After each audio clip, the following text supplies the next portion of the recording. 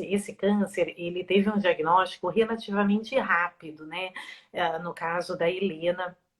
E, claro, quando você sabe, você se depara com um diagnóstico tão grave na tua única filha e já num estágio metastático, né? Ela tinha metástases, assim, literalmente do joelho à cabeça, né? O mundo desaba, né? Nesse momento o mundo desaba, independente de você ser médico ou não, né? E eu acho que, na verdade, minha primeira reação foi, e eu acho que eu acho, acredito que a maioria das mães assim que tem filhos com câncer, a primeira sensação, na verdade, é a culpa, né? De você, às vezes, não enxergar, não ter visto alguma coisa, ter deixado passar algum sintoma, sabe, da criança. Mas realmente os cânceres infantis, eles são muito agressivos, né? Eles geralmente se manifestam de uma forma obscura, na verdade, né?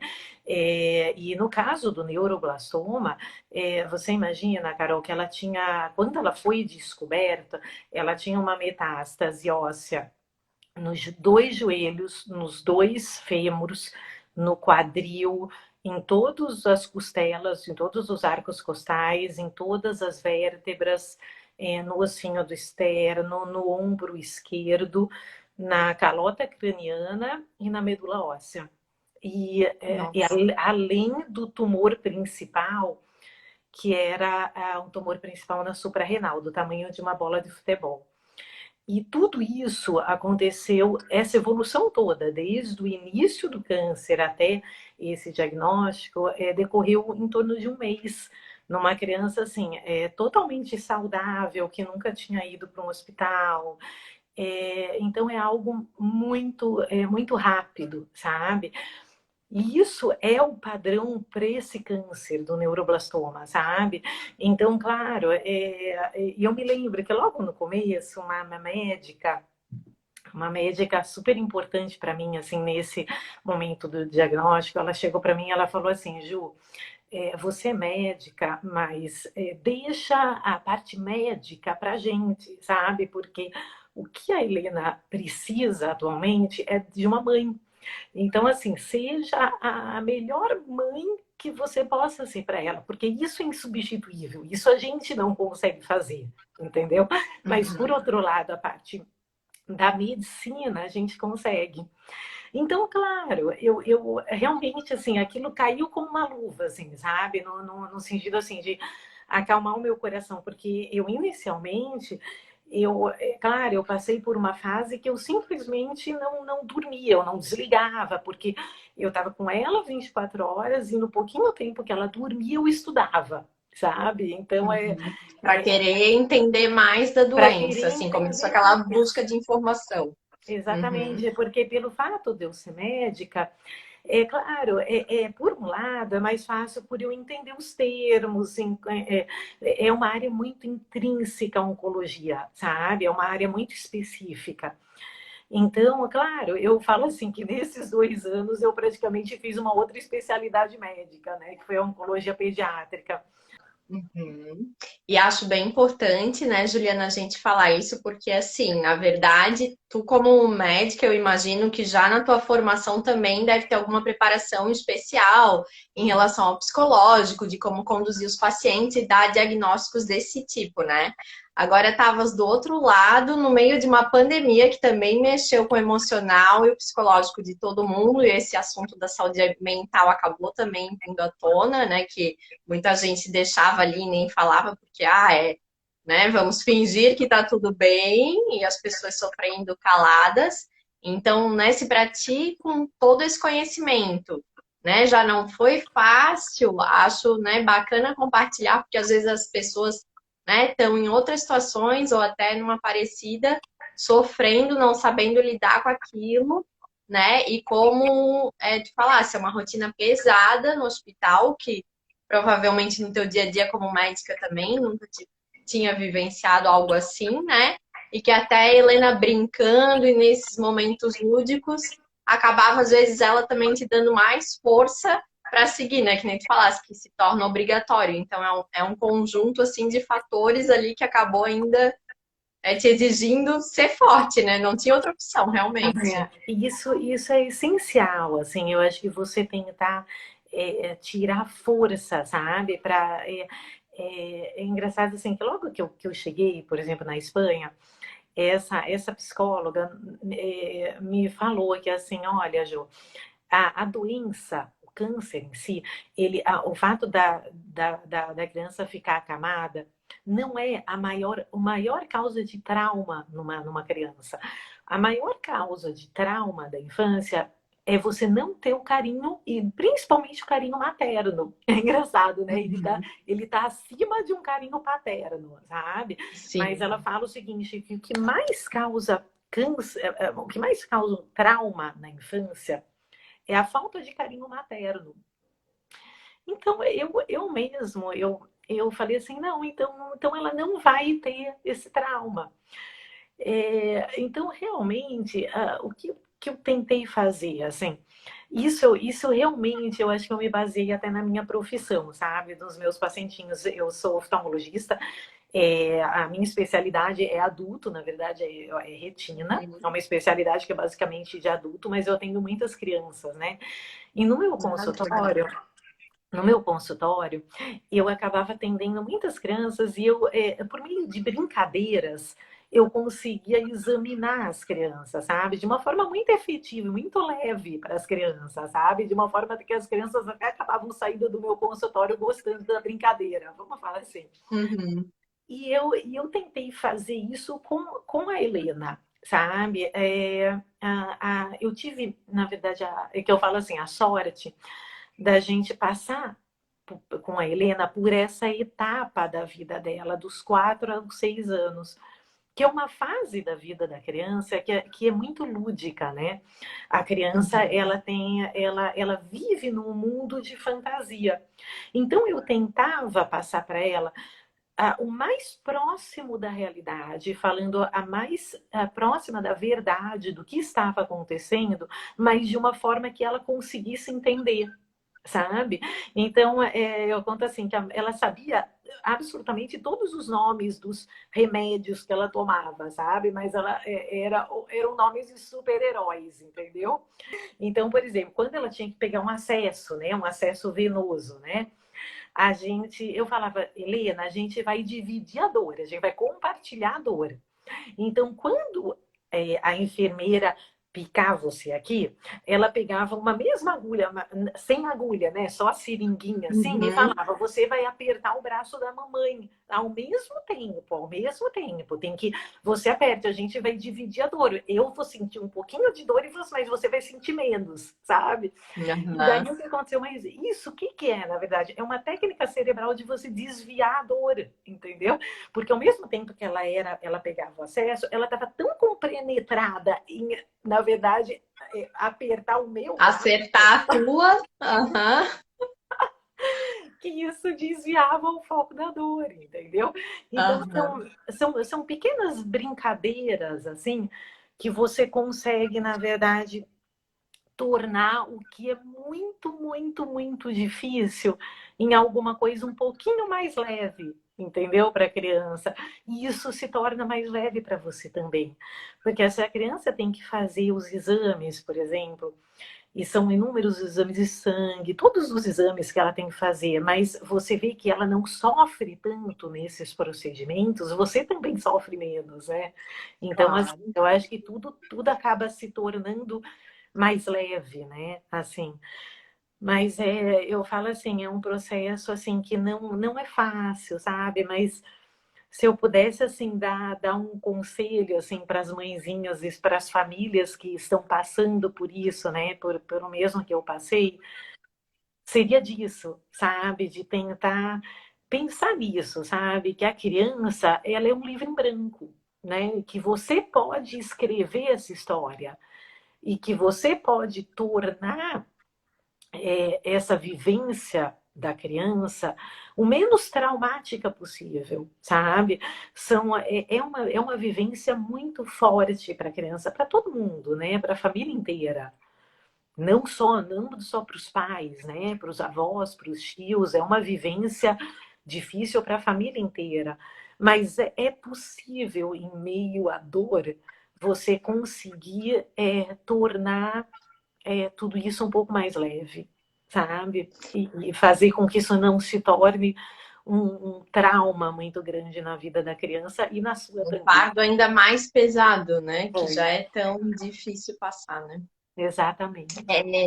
Juliana, e da onde tu tirava essa força, né, para segurar essa barra? A gente sabe que tens uma família maravilhosa e que te deu todo o apoio e estrutura, né? A gente conhece, são super profissionais também, sou fã deles. Mas tinha fé, tinha alguma coisa especial que tu fazia além de todo esse apoio das equipes? Então, eu falo para você que, assim, aí, nesse ponto, que eu acho que para mim foi um baita aprendizado de fé e de energias positivas, de orações. Seja, eu falo assim, a gente recebeu orações de inúmeras religiões diferentes, sabe? De Uhum. pessoas diferentes, de credos De diferentes, cantos sabe? diferentes, inclusive, né? E de cantos diferentes, exatamente, do Aham. Brasil e do mundo, né? Mas, Uhum. e o que eu falo é o seguinte, eu acho que tudo isso, independente da sua crença, sabe? Eu acho que se você tem um objetivo bom, sabe? Isso chega de uma forma até nós, sabe? Que eu vejo o seguinte, que essa força, até essa forma de lidar, não foi alguma coisa que realmente veio de uma forma até que natural, entendeu? Então é isso que eu falo, assim, em momentos muito difíceis, às vezes eu olhava e falava assim, nossa, existe alguma coisa a mais aqui, sabe? Uhum. Porque a gente estaria pior. Sabe quando eu olho para trás, eu falo assim, meu Deus, assim, sabe? Como é Uhum. que as Porque, né, vai energias. recebendo uma mensagem, cada um vai colocando, acho que, né, uma coisinha ali que vai te dando eu aguento mais um dia, mais uns minutos, né, e vai te Exatamente. levando no processo. E é engraçado que eu falo assim, que durante esses 2 anos em que a gente morou, né, dentro de um hospital, incrivelmente, apesar de toda a dor, eu costumo falar assim, que a dor, ela sempre tem o seu lado de beleza. É só você conseguir enxergar esse lado, sabe?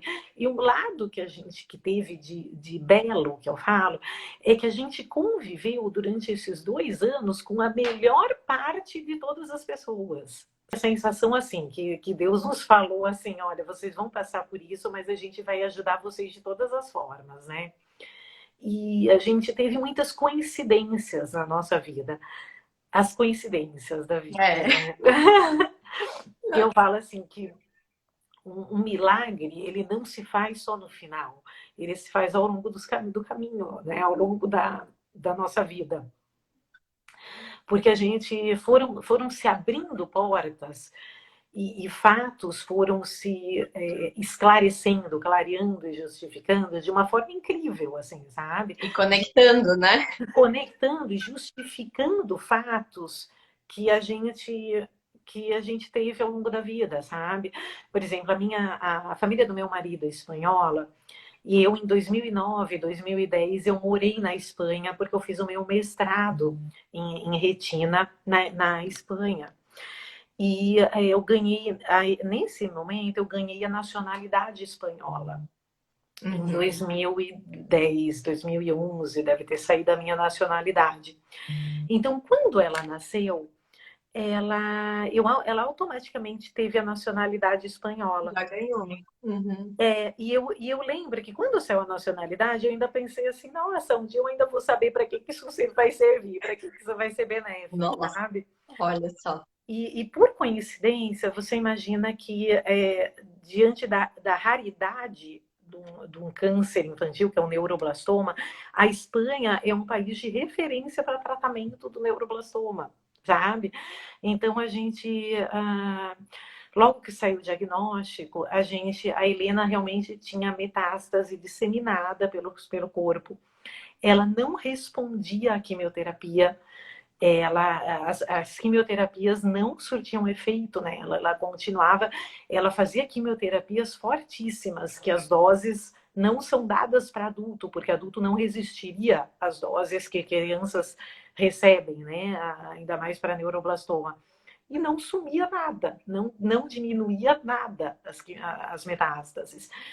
E o que aconteceu? A gente, entrando em contato com o governo espanhol, o governo espanhol vem para cá, a gente tem um tratamento novo, né? É um tratamento que era aprovado já na Espanha, na Europa e nos Estados Unidos, infelizmente não era aprovado ainda no Brasil, ou seja, a gente não conseguiria nem importar essa medicação porque ela não era aprovada pela Anvisa.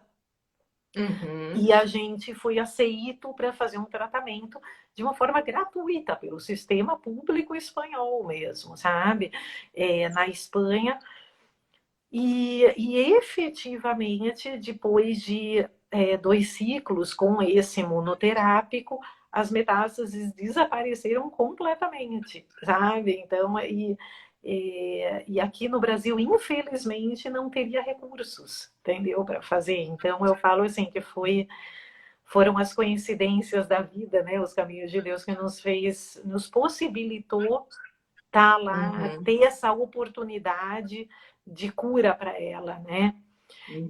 E outras mais, né? A gente tinha, é, por nenhum motivo, assim, por uma escolha pessoal, a gente tinha congelado células de cordão umbilical que foram enviadas lá para a Espanha para ela fazer o transplante, né, de células tronco, sabe? Porque o que acontece, a gente mesmo depois dessa remissão, né, de ter diminuído as metástases, o tratamento ainda continua, entendeu? Então ela tem que Claro. fazer ainda transplante, ela tem que fazer várias sessões de radioterapia, 6 meses desse imunoterápico, sabe? Mas eu falo assim, foram muitos caminhos que nos abriram, assim, e que às vezes assim esclareceram, assim, justificaram alguns fatos que aconteceram na nossa vida que a gente isso possibilitou efetivamente a gente alcançar a cura dela, né? Aham. Mas Bom, foi e agora, bonito. né? Respondendo a sua pergunta, não foi de forma nenhuma pelos médicos do Brasil, Ah, não foi sim. pelos Uhum. hospitais do Brasil, não foi nada Uhum. disso, Carol, que realmente ela criou aquele mundo para ela, né? Como eu Uhum. falei para você, a criança é um livro em branco, né? Então Sim. para ela aquilo era o mundo dela mesmo, né? Tanto que quando a gente parou de ficar tanto no hospital, ela sentia falta. Ela chegou a me Uhum. perguntar, mamãe, mas a gente não vai voltar para o hospital? A gente não vai dormir mais lá? Aí eu lembro que Acabou sendo a casa dela era a desse tempo, casa né? dela, ela se sentia Uhum. segura, ela gostava das pessoas, por mais Uhum. que existissem os Do efeitos esse, né? colaterais, né? Assim, Uhum. é engraçado como são as crianças, né? Aquilo para ela era a vida dela, aquilo para ela fazia parte Uhum. do normal, né? Então, e efetivamente ela chegou para mim, isso é engraçado, quando ela me falou isso, era um momento que eu estava fazendo almoço lá em Madrid. Uhum. Aí ela chegou, ela falou: Não, mamãe, porque lá pelo menos você brincava o tempo todo comigo, você não precisava nem fazer almoço. E é verdade, né? Eu não fazia almoço lá. Assim, sabe? Então, assim, Aham. na verdade, Carol, assim, eu falo para você, no primeiro ano, eu não vou mentir, eu não conseguia fazer nada por mim, assim, sabe? É Aham. difícil, assim.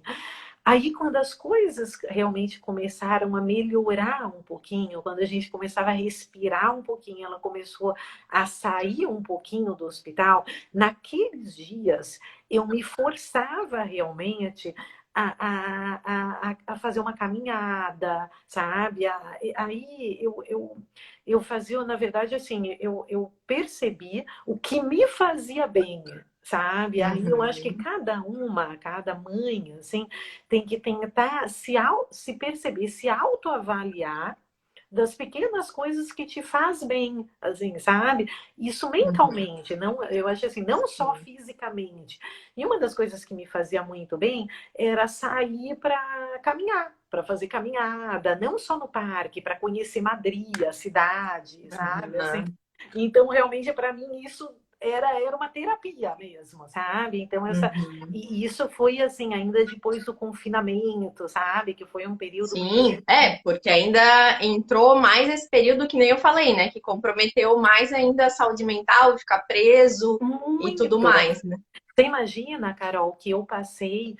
Ela foi internada para fazer o transplante no dia 31 de março de 2020, que foi assim, poucos dias depois de decretar o confinamento restrito de Madrid. Em Madrid, você imagina Sim. que foi um dos epicentros da pandemia na Europa, né?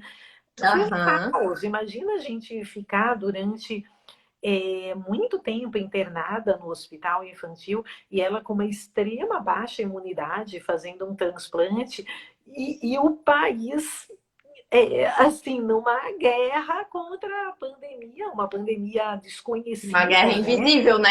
Realmente que ela é uma menina muito forte, sabe? Ela sempre foi, na verdade, engraçado, né?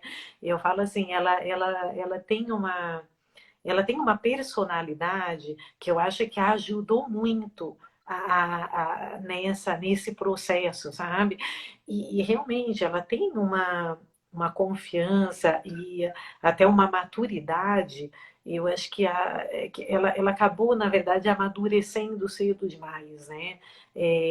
Por tudo que ela passou, né? Então, realmente, apesar dela ser uma criança feliz, sabe, com brincadeiras normal, assim, ela realmente, eu vejo que ela tem um senso de responsabilidade e uma maturidade muito grande, né? E isso não só para ela, eu falo que para isso foi um aprendizado, assim, que hoje em dia eu vejo as coisas tão mais fáceis, sabe, assim, as pequenas coisinhas, assim, que antes eu falava, nossa, que, sabe, me dava dor de cabeça, Incomodava tanto, né? Hoje tu olha e tipo, hoje eu olho, gente, isso é tão não é fácil. nada. Isso não é um problema, sabe? E eu vejo que ela lida assim com algumas coisas, entendeu? Que Aham. ela tem realmente uma, uma maturidade assim maior, assim. Tanto que uma coisa que eu tinha até preocupação dela voltar agora, é ela recuperar a infância dela mesmo, né? Uhum. Ela ser criança, né? Ela permitir ser criança agora. E graças a Deus ela já voltou para a escolinha com os amigos, que realmente os Nossa, teve uma amigos. super recepção, ela deve ter Sim, adorado também, foi né? uma surpresa para a gente não sabia. E Aham. a gente praticamente assim, chegou aqui no Brasil, no aeroporto, eu já fui para a escola, assim, no dia seguinte com ela. E teve uma recepção linda, linda, linda, que as crianças, na verdade, os amiguinhos dela, essa turminha, assim, eles mantiveram um contato muito grande com ela nesses 2 anos. Tanto que eu falo para você que, sem sombra de dúvidas, o que a deixava mais triste durante esse tratamento não era o tratamento nem os efeitos colaterais em si, era o fato dela não poder ter contato com criança, sabe? Isso, sem Uhum. sombra de dúvidas, foi o que mais a fez sofrer, sabe? Aham. Porque Nem outras no hospital ela não podia ter contato. ela tinha, no hospital, ele tinha uma ala de oncologia pediátrica, em que, quando ela estava com uma imunidade boa, ela podia ter contato com outras crianças da ala de oncologia. As outras Uhum. crianças que tinham câncer. Inclusive, dentro do hospital, tinha uma escola, né? Era uma escola voltada só para as crianças internadas. E uma escola normal, com diretor, com professores. Então, tinha a salinha de aula, né? Ela Aham. adorava, porque eram aulas diárias que ela tinha mesmo com as crianças.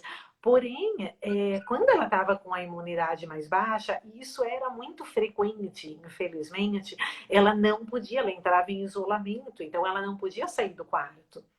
Então, nesse momento, aí ela ficava muito tempo sem contato, sem poder ter contato com criança, né? E isso Uhum. realmente eu via que era a maior causa de sofrimento para ela, porque criança precisa de outra criança, né?